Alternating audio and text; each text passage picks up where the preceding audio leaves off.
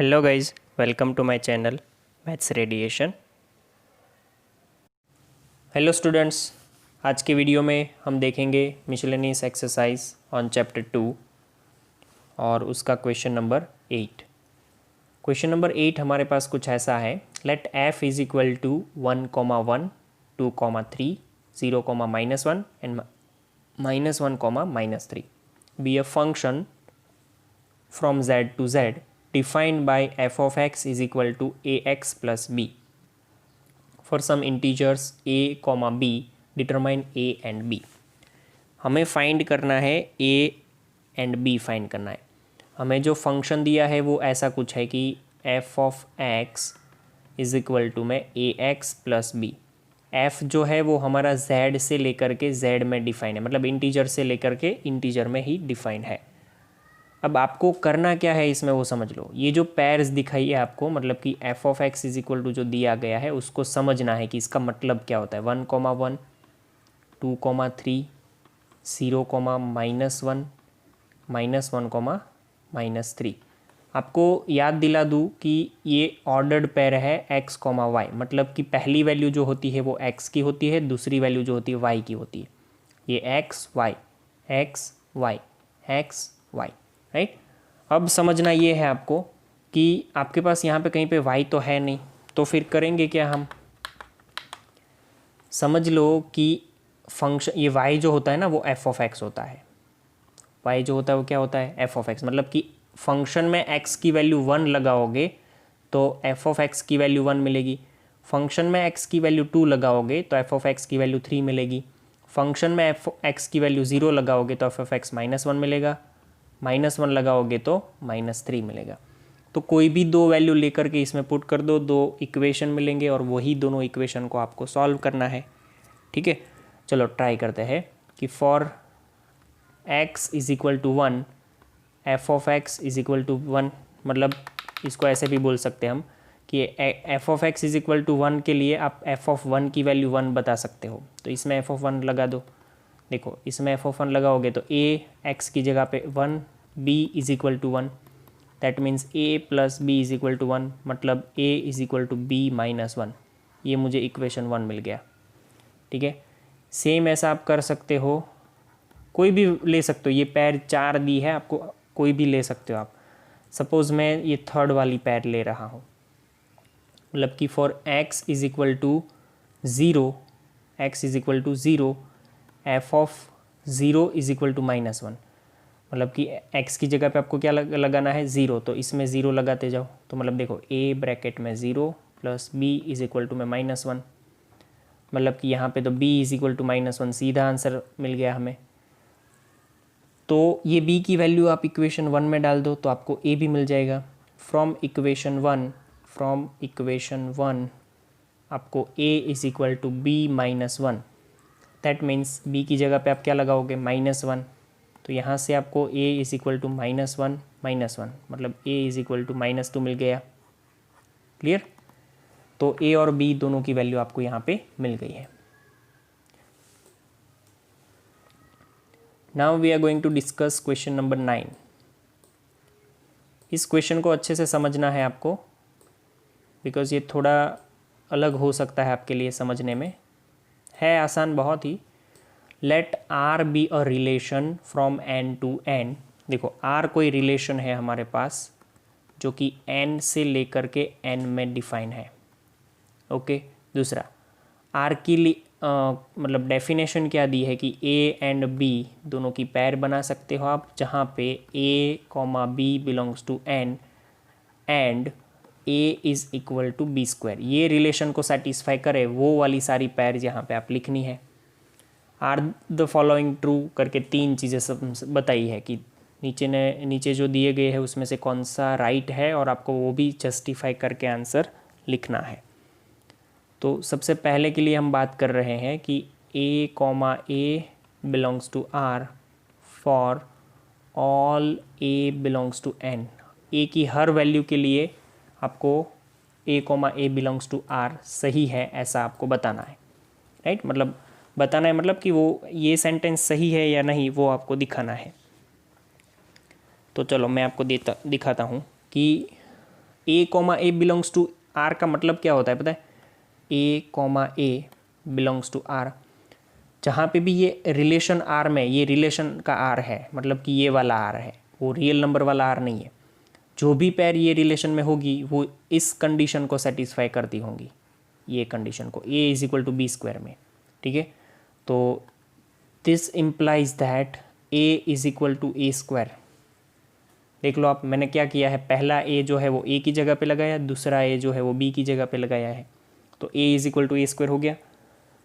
तो ये हर एक ए के लिए पॉसिबल नहीं है, किसके लिए पॉसिबल होगा वो देखो, आप सॉल्व करोगे तो भी पता चल जाएगा आपको कि यहाँ से आपको a square minus a is equal to zero मिल जाएगा।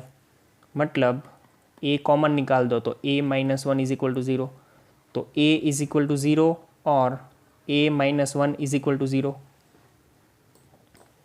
दैट मीन्स यहाँ से दो वैल्यू मिली। A is equal to zero not possible because a belongs to N है, और a is equal to one, इधर से क्या मिला, a is equal to one belongs to N, तो सिर्फ ए की वैल्यू मिली। बाकी के लिए क्या हो सकता है, बाकी के लिए पॉसिबल नहीं है, इसने तो सारे ही एन में आते हैं, तो बाकी 2 3 4 5 के लिए क्या होगा वो हम नहीं बता सकते, right. That's why a comma a belongs to are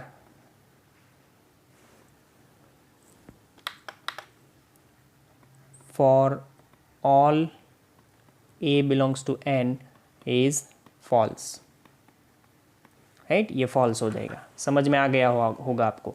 यहाँ पे हमें वैल्यू तो दो मिली, एक ज़ीरो मिली, एक वन मिली। वन भले ही एन में आता है, तो वन के सिवा बाकी के सारे नंबर के लिए ये फॉल्स हो जाएगा। तो हमें जो पूछा था वो सभी नंबर के लिए पूछा था, इसीलिए हम इसको गलत बोल देंगे। ठीक है, सेकेंड सेंटेंस क्या है हमारा, a comma b belongs to R implies that b comma a also belongs to R. Okay, तो सेकेंड सेंटेंस में यहाँ पर लिख रहा हूँ कि a comma b belongs to R implies that b comma a belongs to R. ये सही है कि नहीं वो हमें चेक करना है। तो सबसे पहले तो ये समझ लो कि जब भी a comma b belongs to R है, दैट इम्प्लाइज हम क्या लिख सकते हैं कि a is equal to b square है, राइट। दूसरा कि अगर b comma a belongs to b R होता तो इसको हम क्या लिख सकते थे, b is equal to a square लिख सकते थे। तो अगर आप ध्यान से देखोगे तो ये तो पॉसिबल है नहीं, दिस इज़ नॉट ट्रू। देखो, this is not true because आपको एक एग्जाम्पल भी मैं दे देता हूँ यहाँ पे। लेट से आर एन में से कोई वैल्यू ले लेते हैं हम, कोई भी, कि जो इसको सही नहीं बता सकता है, वैसा कोई वैल्यू ले लो। 4,2 बिलोंग्स टू आर, ये सही है, पहला आंसर सही है, मतलब पहला हमें सही बताना है और ये सही है तो ये भी सही है, ऐसा हमें दिखाना है। तो 4,2 बिलोंग्स टू आर का मतलब क्या हो जाता है कि 4 इज इक्वल टू 2 स्क्वायर, ये सही है, लिख सकते हैं। ये ए है, ये बी है, मतलब कि ये a is equal to b square किया मैंने। अब उल्टा कर दो, 2,4 बिलोंग्स टू आर, तो इसका उल्टा क्या हो जाएगा, 2 इज इक्वल टू 4 स्क्वायर। कोई बता सकता है कि 2 इज इक्वल टू 4 स्क्वायर? नहीं, 4 का स्क्वायर तो 16 हो जाता है, तो this does not equal to 4 square. That implies that 2,4 does not belongs to r, right. तो सबसे पहले ये नहीं लिखना है आपको, सिंपली ये बताना है कि अगर 4 इज इक्वल टू 2 स्क्वायर है तो उसका मतलब हम बता सकते हैं कि 2 is not equal to 4 square. That means कि 2,4 does not belongs to r. तो हमें ये सेंटेंस भी फॉल्स करना पड़ेगा, मतलब कि a comma b belongs to R है, that implies a, that does not implies, that does not implies b comma a belongs to r, so sentence is false। ठीक है, तो यहाँ तक क्लियर हो गया होगा आपको। थर्ड क्वेश्चन हमारे पास कैसा है वो देख लो। a कॉमा बी आर में है, b कॉमा सी आर में है। देखो, पहले जो दिया होता है ना वो गिवन होता है, बाकी का हमें दिखाना होता है। मतलब कि ये गिवन है, अगर ये आर में हो और ये भी आर में हो तो इसका मतलब कि ए कॉमा सी जो है वो भी आर में है, ऐसा हमें दिखाना है। दिखा देते हैं, चलो, अगर मतलब सही है कि नहीं वो ऐसा दिखाना है। तो थर्ड क्वेश्चन के लिए अगर हम बात करें तो उसने दिया है कि a कॉमा बी जो है दैट बिलोंग्स टू r, तो इसका मतलब हम क्या लिख सकते हैं कि a is equal to b square है। दूसरा ये भी दिया है कि b कॉमा सी जो है वो भी r में है, रिलेशन में है, तो इसका मतलब b is equal to c square लिख सकते हैं। तो यहाँ से तो ये पता चल रहा है कि अगर देखो ये b की वैल्यू यहाँ पे सी स्क्वायर है ना, b की वैल्यू वो पहले में रख दो, तो a इज इक्वल टू क्या हो जाएगा, b की जगह पे सी स्क्वायर और उसका स्क्वायर। आप समझ पा रहे हो कि b का स्क्वायर है, ये b की वैल्यू मैंने यहाँ पे पुट करी, तो a इज इक्वल टू क्या मिल गया, c to the power 4। But हमें प्रूव क्या करना था, but a comma c, but if अगर हमें जो प्रूव करना है वो ये है कि a comma c belongs to r होता, तो इसका मतलब क्या होता है कि a इज इक्वल टू क्या होता, a is equal to c square. तो ये दोनों यहाँ पे a is equal to c to the power 4 मिल रहा है और यहाँ पे a is equal to c square मिल रहा है, सो दैट, तो ये रॉन्ग है right, so that a is not equal to c square, but क्या है, a is equal to c to the power 4 है। तो यहाँ से हमें पता चला कि भाई तो a कॉमा सी आर में है ऐसा नहीं बोल सकते, a comma c does not belongs to r, right. तो this sentence is also false. ठीक है, चलो तो ये सेंटेंस भी हमारे पास फॉल्स आ गया। Now we are moving to the question number 10। Question number 10 हमें क्या बता रहा है, अब इसको समझना है अच्छे से। Let a is equal to 1 2 3 4, b is equal to 1 5 9 11 15 16, f is equal to ये दिया है, आर द फॉलोइंग ट्रू करके पूछा है। तो पहले तो a इज इक्वल टू में लिख दो, a इज इक्वल टू हमारे पास है 1 2 3 4, b इज इक्वल टू क्या है हमारे पास 1 5 9 11 15 16, ओके। और ये जो f दिया है वो क्या है, 1,5 है, 2,9, 3,1, 4,5, 2,11। अब इसमें पूछा है कि f is a relation from a to b और नॉट, ऐसा पूछा है। तो पहले तो रिलेशन क्या होता है वो पता होना चाहिए और दूसरा ये भी पता होना चाहिए कि फंक्शन क्या होता है। तो मैं आपको याद दिला दूं कि रिलेशन जो है यहाँ पे लास्ट टाइम ये, ठीक है, रिलेशन जो है is a subset of a cross b, Cartesian product का सबसेट होता है। और फंक्शन क्या होता है, फंक्शन के लिए वो यूनिक इमेज वाला बताया था मैंने, है ना, डोमेन में जो है उसका यूनिक इमेज मिलना चाहिए, unique image of domain, domain में जितने भी वैल्यू है उसकी यूनिक इमेज मिलनी चाहिए हमें, तभी हम इसको क्या बता सकते हैं, ये फंक्शन है ऐसा बता सकते हो। तो पहले तो आप ये चेक कर लो कि हर एक ये जो है वो सबसेट है कि नहीं a क्रॉस b का। अगर इसका a क्रॉस b बनाओगे आप तो बहुत बड़ा मिलेगा, तो हम a क्रॉस b बनाएंगे नहीं, बिकॉज इसमें 4 एलिमेंट है, 1 2 3 4 5 6, इसमें 6 एलिमेंट, तो टोटल 24 एलिमेंट मिलेंगे। तो हर बार आपको वो 24 एलिमेंट में ये एलिमेंट आते हैं कि नहीं वो तो चेक करना पड़ेगा। तो इसके लिए पहले चेक कर लो कि हर एक एलिमेंट इधर से a में से और b में उसका इमेज है कि नहीं, वो चेक कर लो, तो आपको पता चल जाएगा कि ये राइट है कि नहीं।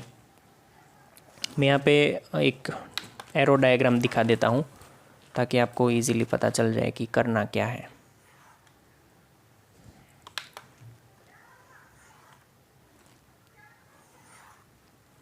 ठीक है, ये हो गया 1, ये हो गया 2 3 एंड 4, फिर यहाँ पे कुछ क्या है, 1 है, 5 है और भी कुछ है, 1 5 9 11 15, 1 5 9 11 15 एंड 16।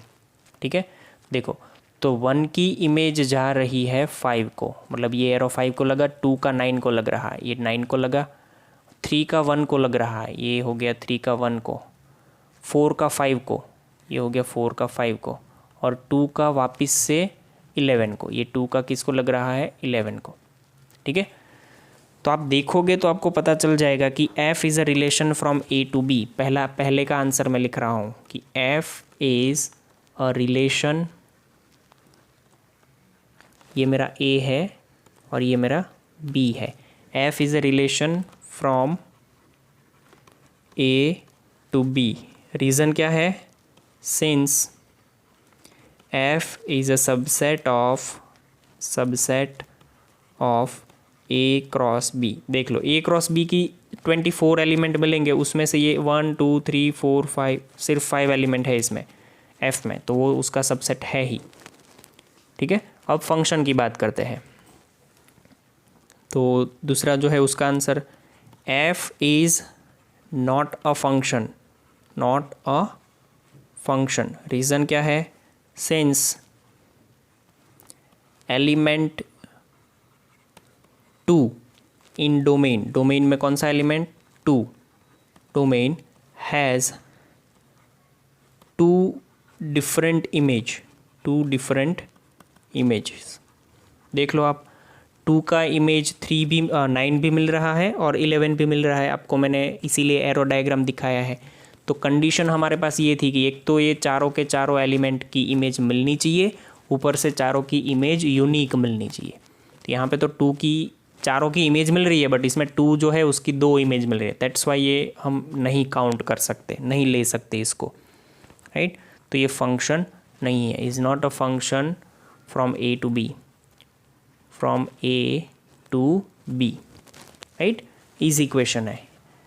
एरो डायग्राम बनाओगे तो सबका आंसर इजीली आपको मिल जाएगा। Now we are going to discuss question number, ये अभी हमने कौन सा किया है? क्वेश्चन नंबर 10 किया है आई थिंक। हाँ, तो अब 11 नंबर।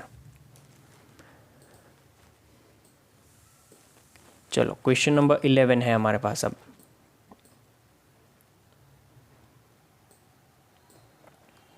क्वेश्चन नंबर 11 क्या है कि let f be a subset of z cross z defined by, मतलब कि f जो है वो पहले तो सबसेट है, f is subset of z cross z। जितनी भी पेयर्स बना सकते हो z क्रॉस z की, उसका सबसेट कौन है? f। फिर यहाँ पे बता दिया है कि f इज़ इक्वल टू में हमारे पास ये है a b comma a plus b, a b comma a plus b, since a comma b belongs to z। Is f function from z to z। अब ये फंक्शन है कि नहीं वो दिखाना है आपको। तो फंक्शन होने के लिए हमारे पास एक ही कंडीशन है कि किसी भी इमेज का, मतलब किसी भी डोमेन में किसी भी नंबर का एक से ज़्यादा इमेज नहीं मिलना चाहिए। ठीक है, ये हमारा कंडीशन है। तो हम इसको कैसे वेरीफाई करेंगे वो देखो। एक ऐसा एग्जाम्पल ढूंढ लो कि जिसके लिए सेम आंसर आता हो, मतलब कि सेम नंबर के लिए आंसर वहाँ पे जो है हमारे पास वो 2 अलग अलग आते हो। तो देखो पहले मैं लिख रहा हूँ, वो समझना ध्यान से। For a is equal to 1 and b is equal to 1, a और b दोनों आपको z में से लेने थे, तो मैंने a और b कहाँ से ले लिए? z में से। तो इससे आपकी पैर कौन सी बनेगी पता है? a comma B, sorry a into B के लिए क्या बना सकते हो? 1 इंटू 1 कॉमा 1 प्लस 1। ये क्या बन जाएगा मेरे पास? 1 कॉमा 2, ये मेरी पैर बनी पहली। दूसरी, सपोज़ मुझे क्या करना है कि अब यहाँ पे तो a इज़ इक्वल टू तो 1 ही रखना है, क्योंकि 1 के लिए ही आंसर मुझे अलग ढूंढना है, तो वो समझना है आपको। तो b is equal to suppose मैं ले रहा हूँ यहाँ पे आपके पास, ओके एक काम करते हैं कि इसकी वैल्यू, a की वैल्यू -1 ले लेते हैं, b की वैल्यू भी -1 ले लेते हैं।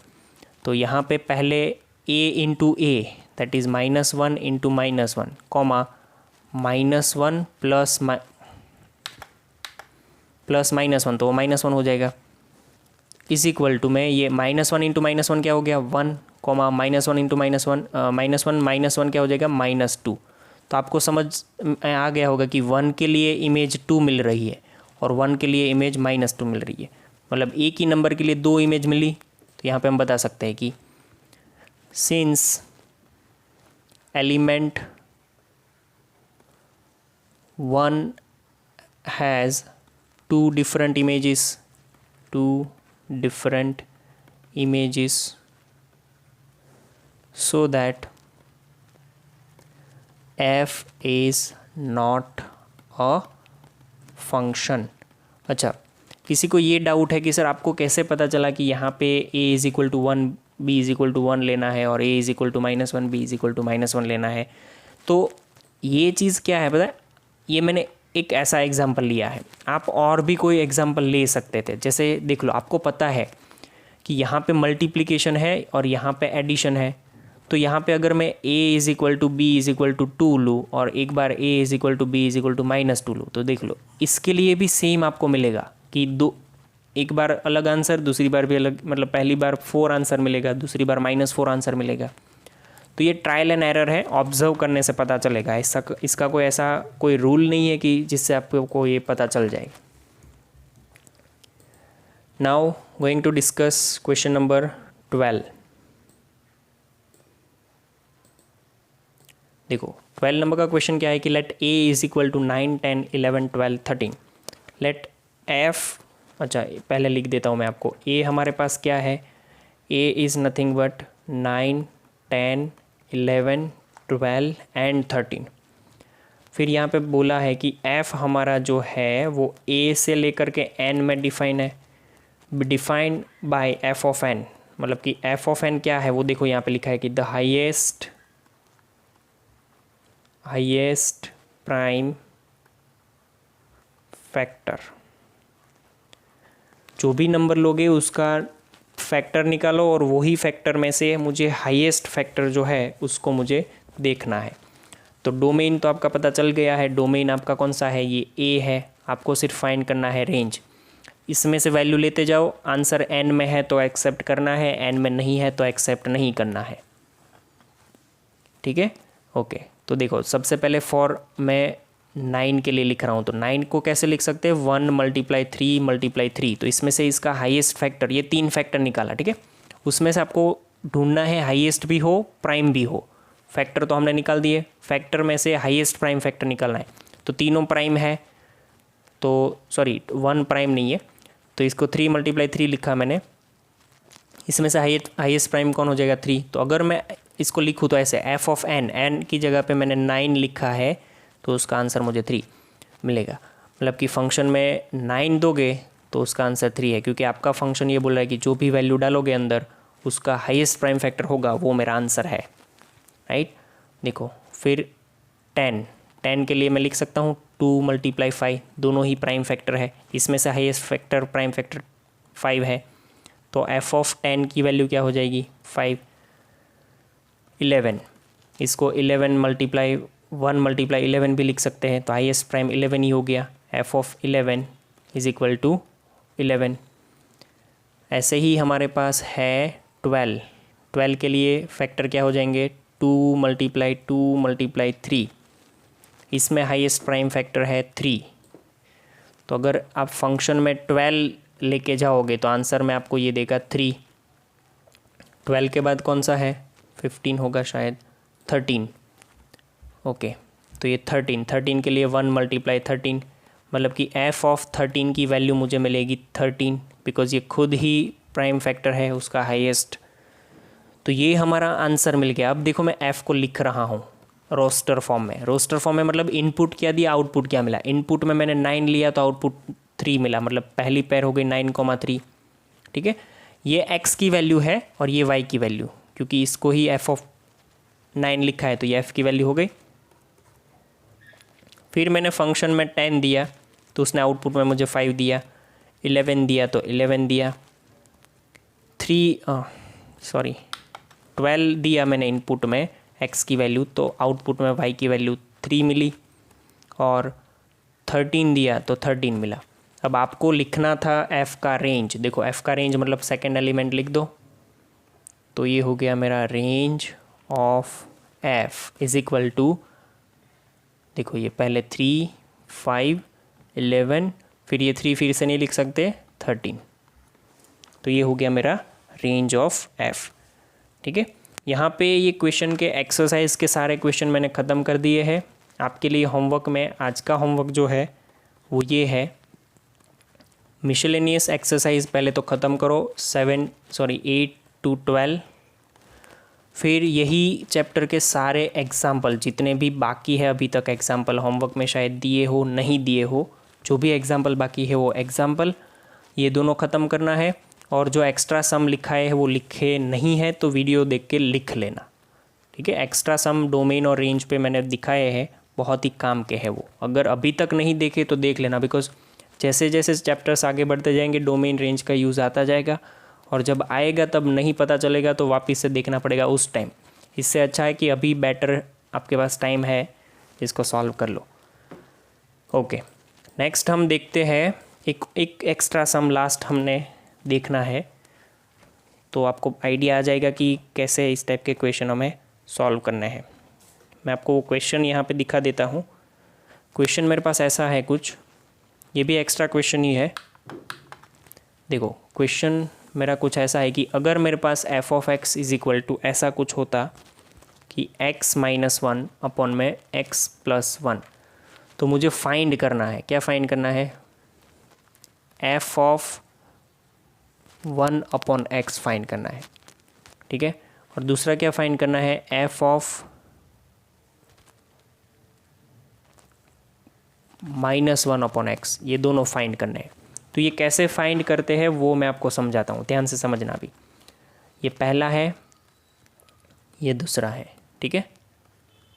तो फर्स्ट चीज़ हम ट्राई करते हैं कि एफ ऑफ वन अपॉन में एक्स, आपके पास एफ ऑफ एक्स की वैल्यू ये है। इसका मतलब क्या है पता है कि जहाँ पे एक्स है वहाँ पे आपका ये रहा एक्स, देखो। बट अब आप एफ ऑफ में यहाँ पे वन अपॉन एक्स दे रहे हो, तो जहाँ पे आपका एक्स है वहाँ पे वन अपॉन एक्स लिखना पड़ेगा। मतलब ये मेरा one upon x minus one upon, वापस से यहाँ पे one upon x plus one. तो इसको अच्छे से लिखूँ मैं तो ये ऐसा हो जाएगा, वन माइनस का एक्स अपॉन में एक्स, एलसीएम लिया मैंने यहाँ पे, ठीक है। यहाँ पे अगेन हो गया वन प्लस एक्स अपॉन का एक्स, तो ये दोनों ही एक्स कैंसिल हो जाएंगे, बिकॉज ये पहला जो है वो न्यूमरेटर का डिनोमिनेटर है, नीचे वाला जो है भी डिनोमिनेटर का न्यूमरेटर है, डिनोमिनेटर का डिनोमिनेटर है। तो बचा क्या, वन माइनस का एक्स अपॉन में वन प्लस एक्स। अब इसको ध्यान से देखना, मैं इसको क्या थोड़ा सा चेंज करके कैसा आंसर लेके आ रहा हूँ वो, इसमें से माइनस साइन मैंने कॉमन निकाली, तो ये हो जाएगा एक्स माइनस वन अपॉन में, तो एक्स, इसको एक्स प्लस वन लिखे तो भी कोई प्रॉब्लम नहीं है इसको, राइट।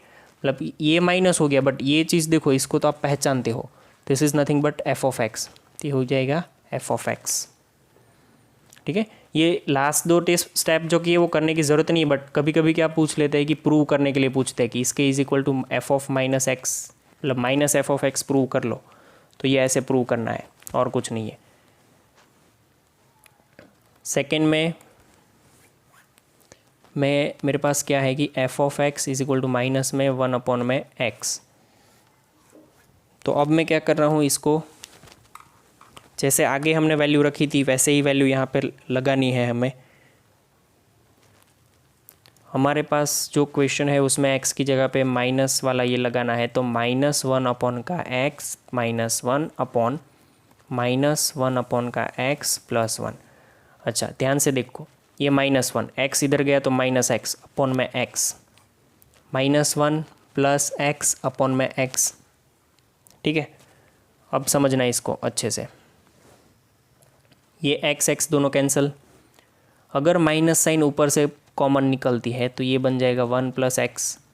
अगर माइनस साइन नीचे से कॉमन नहीं निकालते तो इसको एक्स माइनस वन ही लिख सकते हैं, क्योंकि एक्स पॉजिटिव है तो उसको पहले लिखेंगे। तो ये ऐसे भी लिखा जा सकता है, x plus one upon x minus one. अगर ध्यान से देखोगे तो ये फंक्शन जो है वो रिवर्स है, इन्वर्स है, ऐसा वन अपॉन में एफ ऑफ एक्स देख लो, बिकॉज एफ ऑफ एक्स आपके पास ऐसा है, एफ ऑफ एक्स क्या है, x minus one upon x plus one. तो किसी ने बोला कि one upon f of x ढूंढो, one upon f of x मतलब इन दोनों को ऊपर नीचे कर देना है, सिंपल, एक्स प्लस वन ऊपर और एक्स माइनस वन ऐसे, ठीक है। तो ये अगर प्रूव करने को बोला होता कि F of minus of one upon X is equal to minus में वन अपॉन एक्स, तो ये हो जाता है ऐसे, ठीक है। तो ये लास्ट क्वेश्चन एक्स्ट्रा था, यहाँ पे चैप्टर 2 हमारा ख़त्म हो रहा है। कोई भी क्वेश्चन है वीडियो ढूंढो, आराम से उसको देखो और होमवर्क जो दिया है हर बार उसको सॉल्व करो, ठीक है, और भेज दो उसको। Thank you. तो गाइज थैंक यू।